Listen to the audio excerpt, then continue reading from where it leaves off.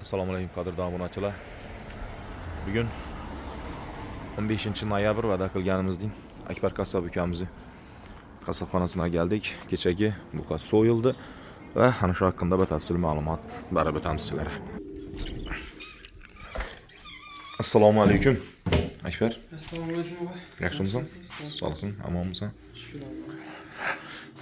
Akşamki buqani so'yding, xudo xohlasa. So'yib ikkala bosdim, xudo xohlasa. Hurmatli qadrdonlar, görüp turganlaringizdin. Kechagi buqa so'yildi, kameradan nasib qilsa. Sir bo'lmasa necha kilo go'sht berdi Akbar? 370 kilo. 370 kilo, ha? Zo'r, yana qo'l. Gigant.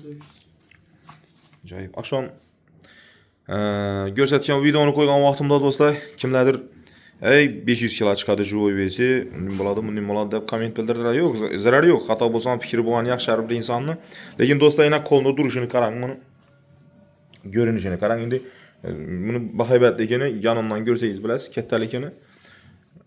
Azdım aniq tashalmay turgan bo'lsam ko'za.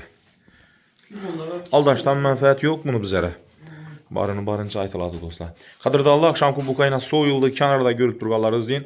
Qo'l tomonina, bo'yin, son qismlari xudo xohlasa bemalol kelaverasizlar. Jigar deysizlarmi, bag'ir, yurak hamina duribdi, seli durishini. Xudo xohlasa. Yağı hammasi addelina bo'lak nasib qilsa bemalol xohlagan joyingizdan, xohlagan qismidan xolodilnikka joylashtirilgan qolgan qismi do'stlar kelib xarid qilish imkoniyatini nasib ro'za elasa egamiz bugun yangi toza go'sht so'raganlar uchun bu do'stlar. Qachon so'ydi deb so'rab turadi ko'pchilik telefon qilib. Hurmatli yurtdoshlar, qadrdonlar, har doimki har videolarimda men eslatib o'taman do'stlar. Har juma kunlari skidka narxlarda go'sht sotiladi. Stalovay tamadduxona ishlatadigan yurtdoshlarimiz uchun alohida kelishilgan narxda ko'p miqdorda xarid qiladigan doimiy mijozlar uchun alohida narx-navoda sotiladi go'sht.